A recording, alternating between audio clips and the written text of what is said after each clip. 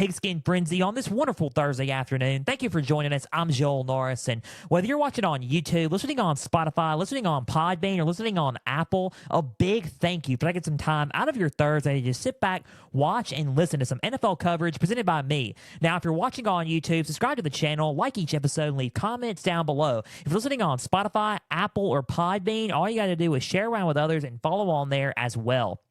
We have X, Instagram, and Facebook. All you got to do is type in Pigskin Frenzy. Follow and like the pages there. You'll get episode updates as well as news and highlights from across college and NFL football. There's trivia questions on today's stories. Go and answer today's, as well as all things up to date for Pigskin Frenzy.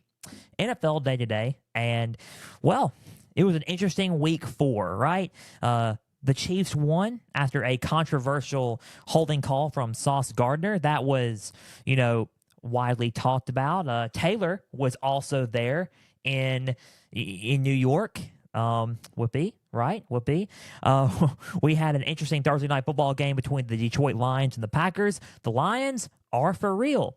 We also had a lot going on with the Buccaneers and Saints to see who's going to take a hold of the NFC South division. A lot went down for week 4, and we're going to recap week 4. We're also going to break down some of the top matchups for week 5 ahead of tonight and ahead of all the way up until Monday. So subscribe to the channel on YouTube. Keep plugging in. Like each episode. Leave comments down below. Also, follow on Podbean, Apple, and Spotify. Share around with others on there. Follow on X, Facebook, and Instagram for all things up to date for Pigskin Frenzy. Let's get down to the week 4 recap, shall we? Let's kick it off with Thursday night football action for last week, and it was the Detroit Lions going to Green Bay at Lambeau to play host against the Green Bay Packers, right? Packers were playing host, and it was, a raucous crowd. Jared Goff was going in there with a burst of energy. I think one of the last times he went into Lambeau was with, the Los Angeles Rams, and the Packers knocked them out of the playoffs in 2020. It was a, hostile environment, and it was a battle up, and, it was a battle. And, the first half, it was pretty much all Detroit. Green Bay tried to come back up a little bit, but it was too late. Final score, Lions 34, Packers 20. The Detroit Lions are for real, ladies and gentlemen. Wow, did you just say they're for real? They are for real, ladies and gentlemen.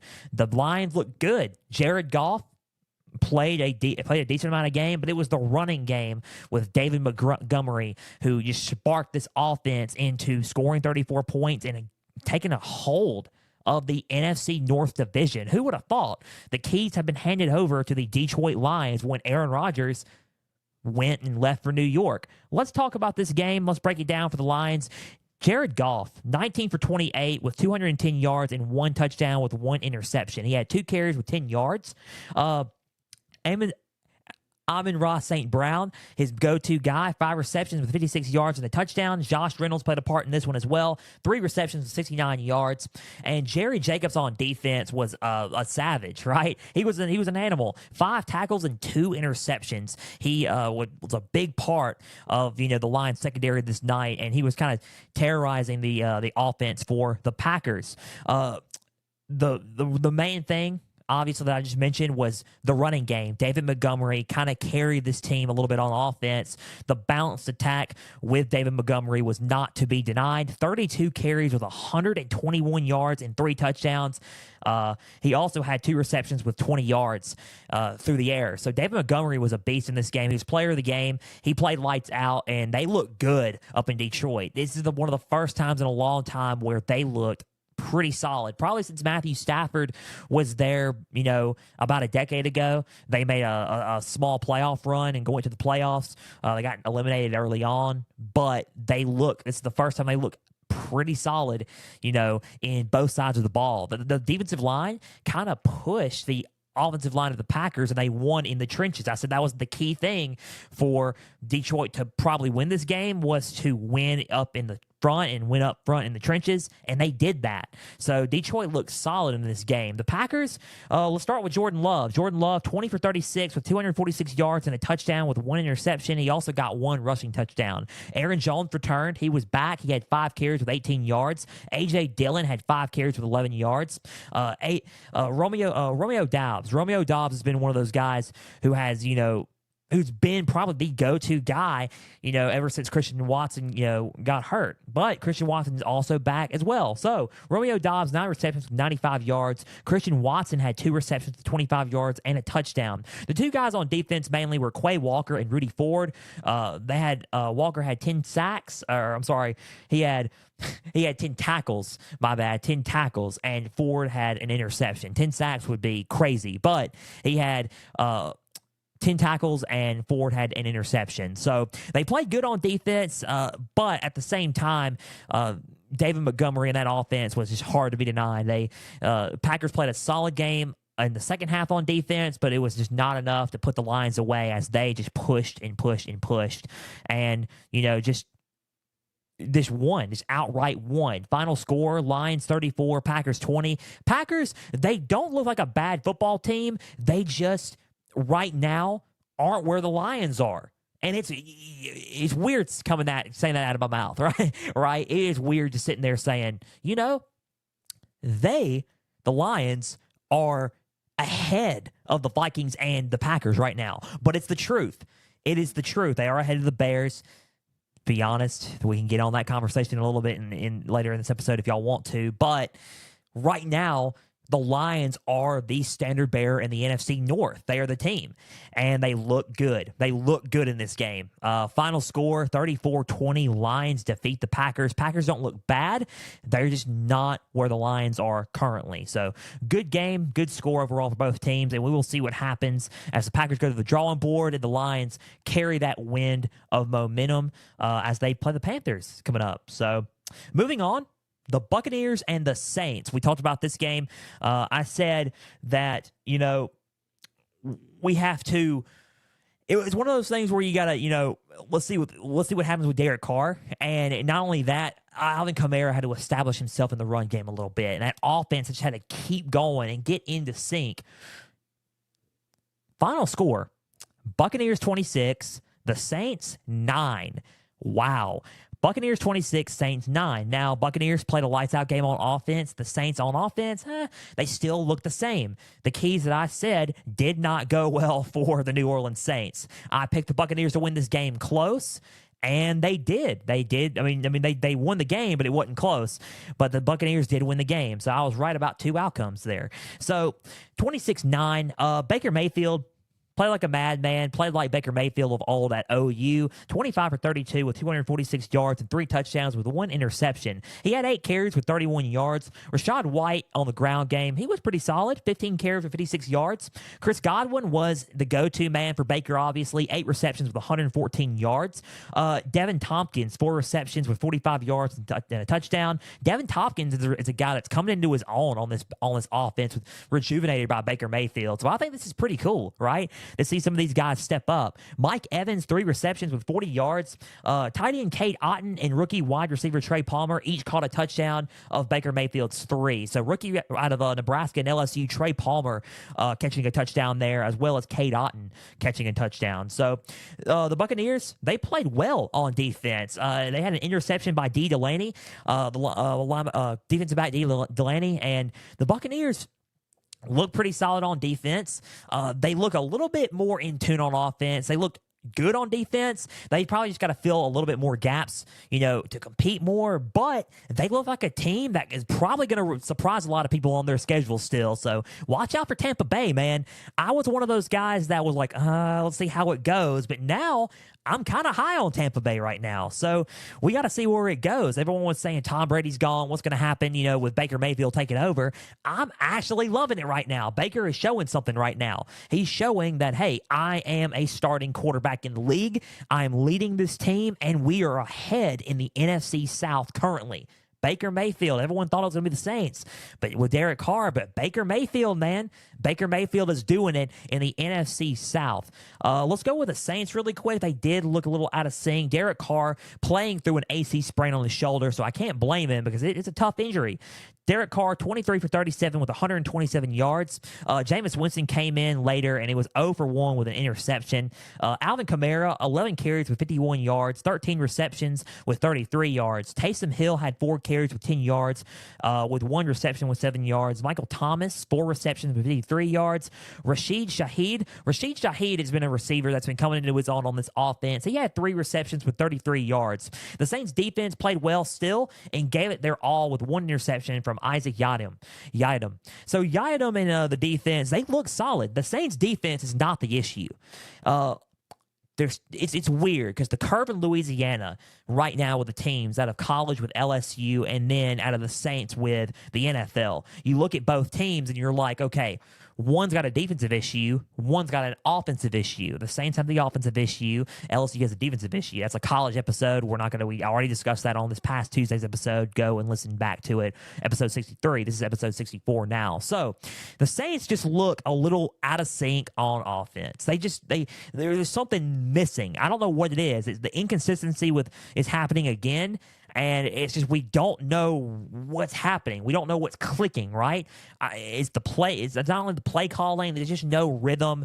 There's no, preciseness to, get everything going and get the ball rolling in motion to create a big-time play. There's just no spark, it seems like. And it's just one of those things. It may be a mental issue. I don't know. But it's one of those things that they got to find something because their schedule, yes, may look easier, but there are some teams out there that could spark a victory over this, and these are some games that you probably shouldn't have lost, and games that you probably shouldn't lose. The Packers was one of them last week. You probably should have won that game in Green Bay, but you didn't, and you just need to find a spark on offense. So I'm challenging the Saints right now to find that spark on offense and find it quick, because as you get deeper into the season, the losses add up, and the losses mean if you make the playoffs or not. So that's going to be a real big key, to winning right now, just finding a spark on offense. Final score, Buccaneers 26, Saints 9. Buccaneers 26, Saints 9. Buccaneers look good on the NFC South. Saints kind of still trying to find that spark on offense. So we're going to see what happens between both teams, and it's looking really good for Buccaneers. A surprising start to the season by Tampa Bay, and a little bit of an uphill start for the New Orleans Saints. So moving on, Ravens and Browns. I said this was going to be an interesting game. It was kind of out there, honestly. I'm not going to lie. I was expecting, to be a totally different game, but with the news of Deshaun Watson not playing due to a shoulder injury, it was like, oh, this flips the whole complexion of the game, and it did. Final score, Ravens 28, Browns 3. I thought this game was going to be a lot closer. It was not. The Ravens looked pretty good. I'm not going to lie. They look like they are the team to beat in the AFC North. And they are. It's a fact, but they look pretty solid. Ravens 28, Browns 3. The Bengals, by the way, are 1-3. They lost to the Titans pretty badly, 27-3. I can get into that in a minute after we conclude our recap for week 4, but the North is running through Baltimore right now. Lamar Jackson, 15 for 19 carries with 186 yards and 2 touchdowns. He had 9 carries with 27 yards and a couple of touchdowns on the ground as well. Gus Edwards, 15 carries with 48 yards. He's their running back. Their other running back, Justice Hill, 3 carries with 33 yards. Zay Flowers had 3 receptions with 56 yards, and their tight end, their go-to tight end, probably the second best in the league, I would assume, along with a George Kittle. Mark Andrews, 5 receptions with 80 yards and a couple of touchdowns. So those 2 touchdowns in the air for Lamar went to Mark Andrews. So that Ravens defense played excellent. They got 3 interceptions from Dorian Thompson Robinson, the rookie out of UCLA, and because of Deshaun Watson being hurt. An overall just complete game for the Ravens on both sides of the ball. They look solid. Dorian Thompson-Robinson, 19 for 36 with 121 yards and 3 interceptions. He had 4 carries on the ground with 24 yards. Jerome Ford, 9 carries with 26 yards and 5 receptions with 19 yards. The other running back, Pierre Strong Jr., 5 carries with 49 yards. Their tight end, David Njoku, 6 receptions with 46 yards. He was also dealing with an injury, a burning injury, due to a household incident. I was told he was fine. He was playing through it, but that stuff can be, can be dangerous. So, hopefully, I'm glad he's okay, and my thoughts are with him on that. But Amari Cooper, 1 receptions with 16 yards. The Browns' defense just couldn't hold on to the Ravens' offense that long. It was just all Baltimore. The Browns, without Deshaun Watson and a little bit without Nick Chubb, just kind of have an identity crisis a little bit. Like, it's one of those things where, okay, you're playing a rookie quarterback. That's not the main thing. That's fine. But without Deshaun having the keys to the offense, it just looks a little out of sync, especially on the ground without Nick Chubb. I think without Nick Chubb, that whole offense on the ground looks completely different, and it does. Jerome Ford is a good back. Not saying that. He plays lights out, but it's one of those things where it's like you need, right? You need a Nick Chubb. You know, Nick Chubb's a must, and he's a good running, solid runner, and he's a strong back that you might need. So it kind of hurts to lose a Nick Chubb. It kind of hurts to lose Deshaun Watson. I'm hoping that he may play. It's coming up Sunday, so we got to see how it goes. Cross our fingers. I'll give updates on Pigskin Frenzy on social media, if so. But the Browns just couldn't get anything going. Final score: Ravens 28, Browns 3. Browns back to the drawing board. I'm going to tell you what, the Ravens look good. They have another AFC North division game coming up, and it's against the Pittsburgh Steelers, their big-time rival. Kenny Pickett says he's going to be ready to go after his knee injury, and we're going to see how he does there. But Ravens, Steelers, the Ravens look solid, man. They look like the team to be in that division. They look good on both sides of the football. Moving on, last but not least for this, Week 4 recap, and we'll, talk about a little bit more things before we conclude and move on to Week 5 preview and predictions. But the Bills and the Dolphins, I said that Miami was going to win this game. I was, concerned about, how good with their offense is amazing, right? They played lights out against Denver, putting up a 70-point game against them at Denver. Miami, home game for them. Final score, Bills 48, Dolphins 20. Final score again, I will repeat that. Bills 48, Dolphins 20. The Bills played a perfect game. Almost a near perfect game on offense. They outscored the white-hot Dolphins offense coming into this game, and it was shocking. The Bills looked good, 48-20. They tie with the Dolphins for the lead in the AFC East, right? So Josh Allen played lights out. He balled like the MVP candidate that we all know Josh Allen could be. 21 for 25 with 320 yards and 4 touchdowns. He also had 4 carries with 17 yards and a touchdown. James Cook, their main guy at running back, 12 carries with 29 yards and a touchdown, 1 reception with 48 yards. Damian Harris, their other back, 6 carries with 29 yards.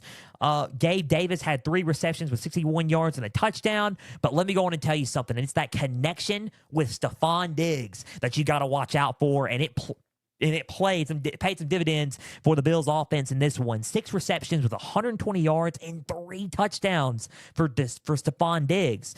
6 receptions, 3 with 120 yards and 3 touchdowns in this football game for Stephon Diggs. Josh Allen and Diggs, that duo, they played well on offense. That defense also held their own and made some good moments and added some good pressure to Tua and that offense. Good job on them.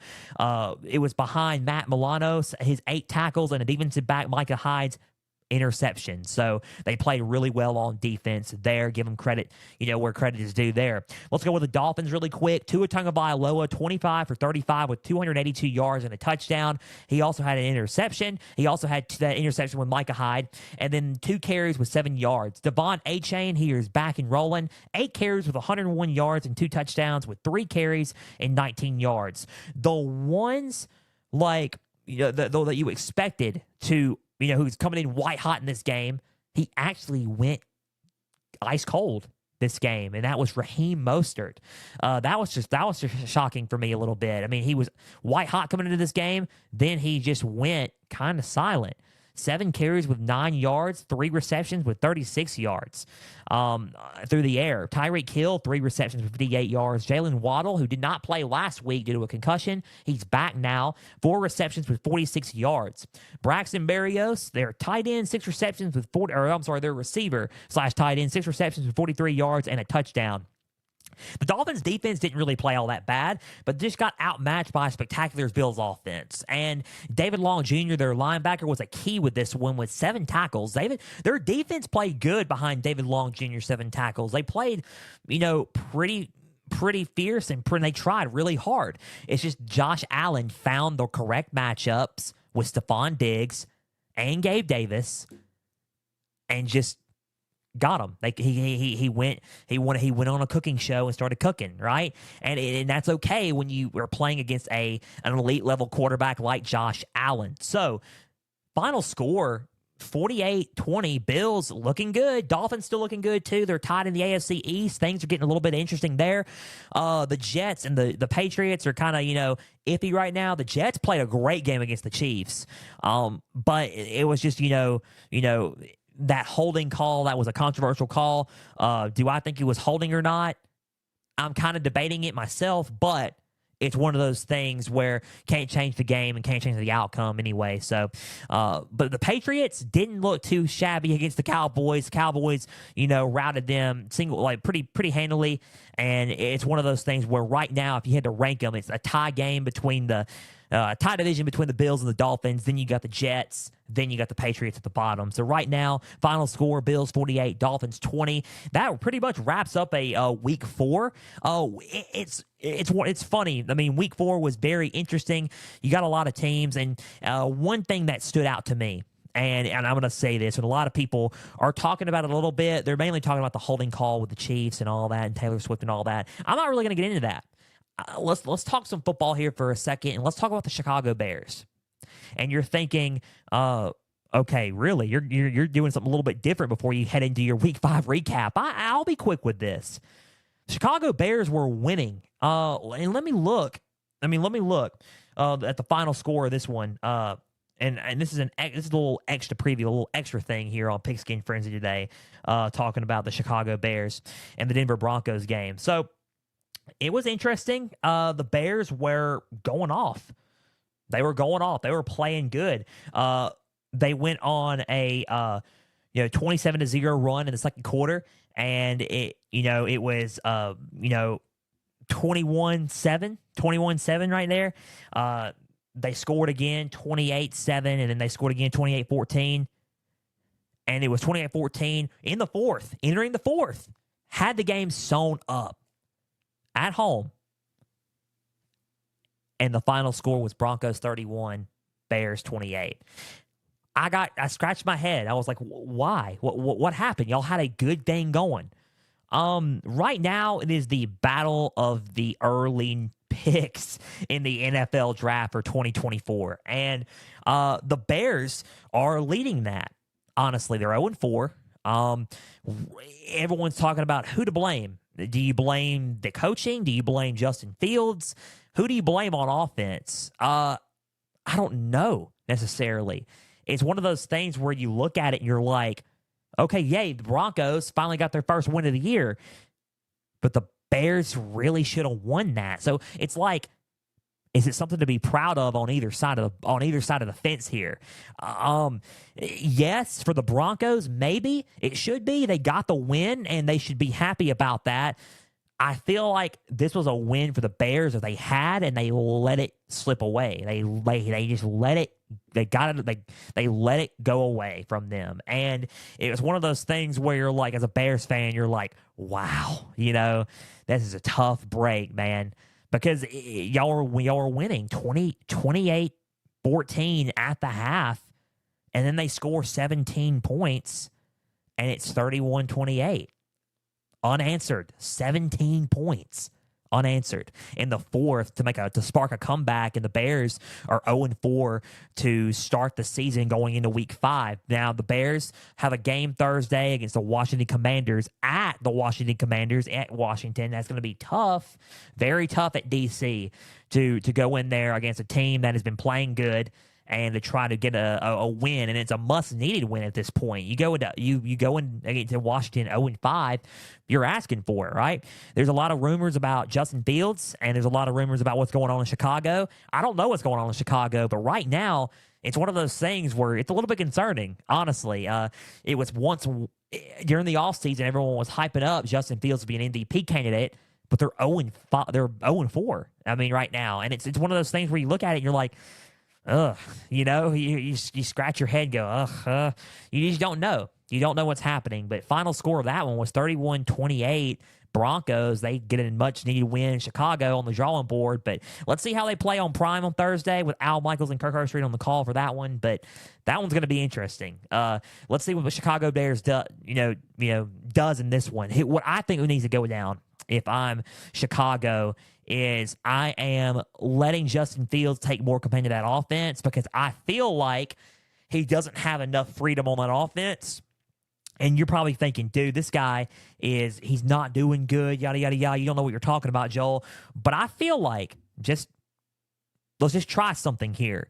If I'm the Bears, I am letting Justin Fields have a little bit more freedom and control with a lot of the plays. And let's see what it goes from here.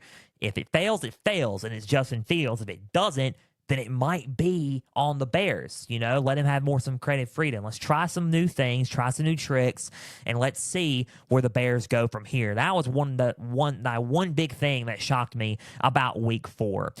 Let's move on to Week 5, and let's start it off. Let's do preview and predictions before we conclude today's episode of Pigskin Frenzy. Let's kick it off with the London International game. I haven't done one of these yet. Last week was the Toy Story Fun Day. If you wanted to watch that on ESPN Plus, that was a little entertaining. I saw some highlights on that. Trevor Lawrence was running the ball, and fire was coming out of his feet. That was pretty cool. So, Bills versus Jaguars in London. So the Jaguars were in London last week. They're in London again this week. I'm pretty sure they're already there now, getting ready for the game. But they played the Falcons. They beat the Falcons. Pretty good. Good win for the Jaguars. The Bills coming off of a huge win against the Miami Dolphins. They play each other in London. Bills versus Jaguars. The keys to this one: can the defense pressure Trevor Lawrence into making critical mistakes? That is a big one.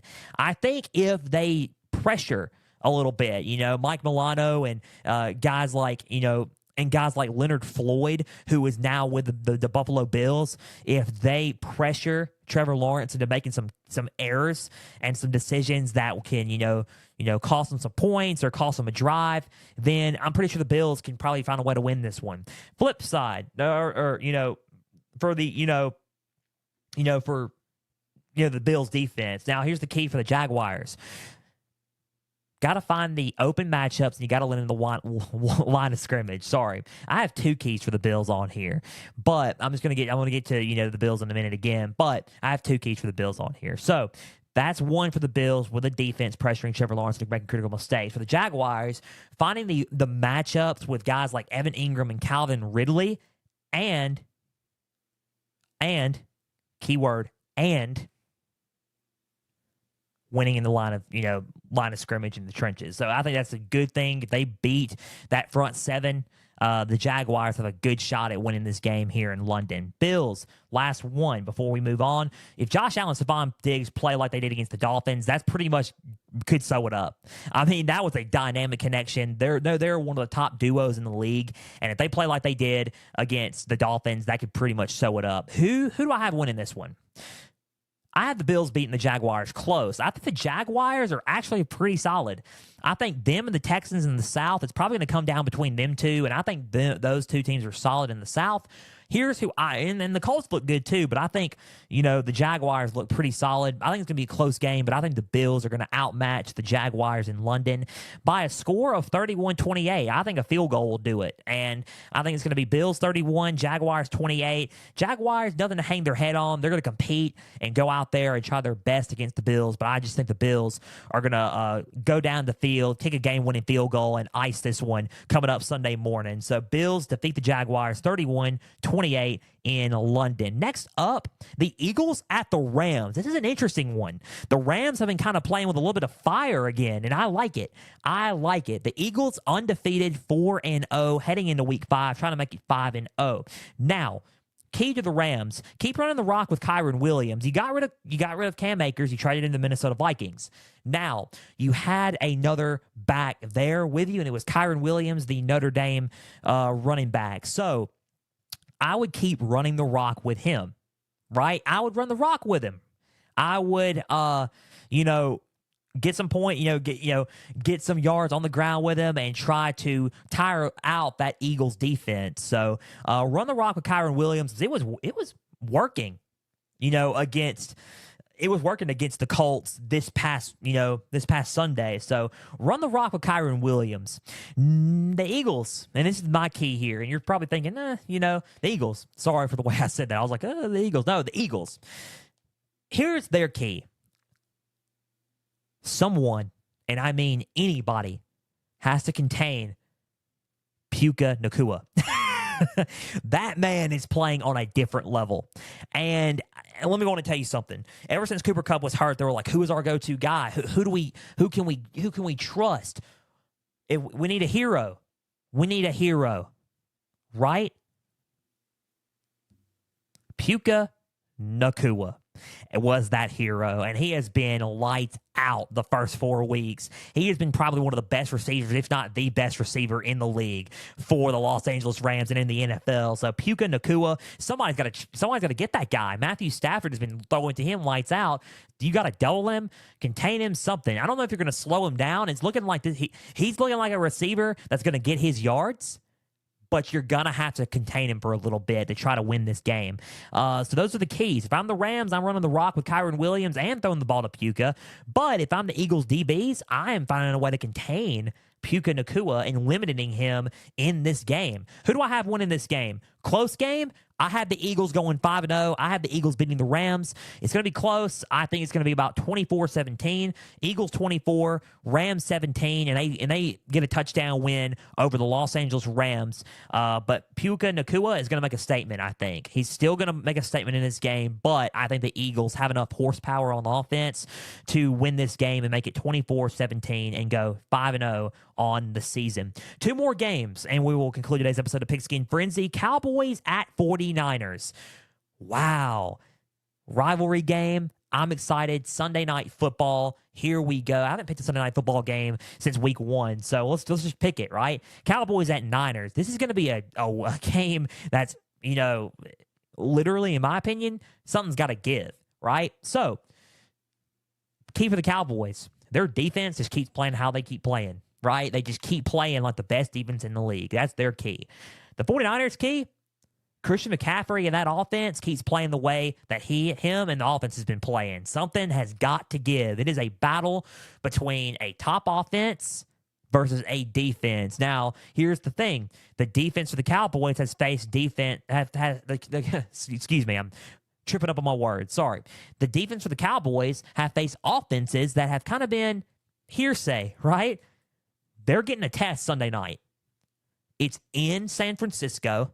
They're getting a true test of, okay, we're facing a dynamic offense with some playmakers on this team. Brandon Ayuk, George Kittle, Deebo Samuel, Brock Purdy in the back, up in front in the center and in the gun. And then you got Christian McCaffrey. You got Elijah Mitchell rotating in and out with him. You got some guys on that team, man. Ronnie Bell. You got a lot of guys, the rookie receiver out of Michigan. You got a lot of those guys on this team, man, that look pretty good, and those are some playmakers. That defense, on the flip side, that defense looks pretty solid too, even without Trayvon Diggs, who tore his ACL and is out for the remainder of this year. Even without Diggs, the Cowboys defense still look good, especially with behind defensive end Micah Parsons. 2 of the best edge rushers are in this game with Micah Parsons and Nick Bosa. It's one of those things where you're like, okay, it's a key position battle and it's a star-studded battle coming up Sunday night. This is a pure football game Sunday, and I'm ready for it. Who wins it? I got the Niners. I got the Niners moving to 5-0. Close game. Cowboys lose this one close. They're coming off of a blowout win over the Patriots after losing to the Cardinals the week prior. So it's going to be a close one. I think the Cowboys are going to, show some fight, but I think the Niners have enough horsepower to overthrow this Cowboys defense. I think the Niners win by a score of 35-27. 35-27. Cowboys 27, 49ers 35. 49ers get the win, and they move to 5-0 on the year, and the Cowboys go back to the drawing board. Okay, last game. Before we conclude today's episode of Pigskin Frenzy, Packers at Raiders, Monday Night Football. You're thinking, Packers at the Raiders. Why? Packers and Raiders. But I'm kind of interested in this game. I'm interested to see what these two teams do, right? Back and forth, right? I want to see what the Raiders do. I want to see how the Raiders are going to bounce back. I want to see how the Packers are going to bounce back after a loss against Detroit. I'm curious. Now, the keys to this game are establish the run more with Aaron Jones and A.J. Dillon. I think that, yes, while the Lions defense was pretty good, I think Jordan Love is a solid quarterback, but he cannot do it all on his own. I think that what needs to be done is you can run the ball and run the rock a lot more with two dynamic backs like A.J. Dillon and like Aaron Jones. So I would establish the run more and get some more yards on the ground. For the Raiders, I got two things for the Raiders. If Jimmy Garoppolo comes back, because he did not play because he had a concussion, if he comes back, find the right matchup with Devontae Adams. Find those particular matchups with Devontae Adams on the field and just go for it, right? Just go for it. And just throw to Devontae Adams and find those matchups in the secondary. If not, run some trick plays and do a little bit of trick things with Aiden O'Connell, the rookie quarterback. I think Aiden O'Connell was a very underrated choice in this year's draft. Coming out of Purdue, Aiden O'Connell, listen, he led them to the Big Ten West, and he led them to a Big Ten championship game last season against Michigan. Aiden O'Connell is no joke. Him and Charlie Jones last year at Purdue were solid. He had some good moments, and he showed some good moments with the Raiders. I think if you let him do his thing, because he's a rookie, right? He's a rookie. He's gonna make some mistakes, but if you let him do his thing, right, and run a little bit of special options for him and special packages for him in the playbook. Let Aiden O'Connell just do his thing and let him feel comfortable for what he's used to, and then he'll be fine. And the Raiders could potentially pull off an upset win against the Packers. Who do I have winning this game? It's in Las Vegas. This is a game where you just flip a coin. Honestly, you could flip a coin on it. But I am going to flip that coin, and I'm going to land on the Las Vegas Raiders. I think the Raiders pull away with this one close. I think it's going to be a close game. The Packers are good. I just think there's a little bit more questions, especially on, the offensive line and a little bit, in the offensive side of things, just to get things going for the Packers. I think I'm questioning that a little bit. I got the Raiders winning this game close, though. I think the Packers are going to put up a fight. It's going to be close. I think it's a score of 17-14. I think it's a low-scoring game. I think the Raiders win 17-14. Raiders 17, Packers 14 to conclude Week 5 of NFL action. I think it's going to be close, but I think the Packers fall in this one on Monday Night Football, and the Raiders win 17-14. So that just about does it for Pigskin Frenzy today. A big thank you for taking some time out of your Thursday to just sit back, watch, and listen to some NFL coverage presented by me. Now, if you're watching on YouTube, please subscribe to the channel, like each episode, and leave comments down below. Spotify, Podbean, and Apple, if you're listening on there, share around with others and follow on those platforms as well. Now, X, Instagram, and Facebook, all you got to do is type in Pigskin Frenzy. Follow, like the pages there. You'll get episode updates. You'll get news and highlights from across college and NFL football. There's a trivia question on today's Instagram story. Go and answer today's, as well as just all things up to date for Pigskin Frenzy. Again, a big thank you for taking some time out of your Thursday today. Also, go enjoy some college football this weekend. Go enjoy some NFL this weekend. Some interesting matchups in both sides of the sport, as well as keep up to date with Pigskin Frenzy. We will be back Tuesday for a college football edition. We will recap Week 6 of college football and look ahead to Week 7's top matchups in college football. I'm Joel Norris signing off. We will see you Tuesday for another edition of Pigskin Frenzy. And for everybody out there, stay the course.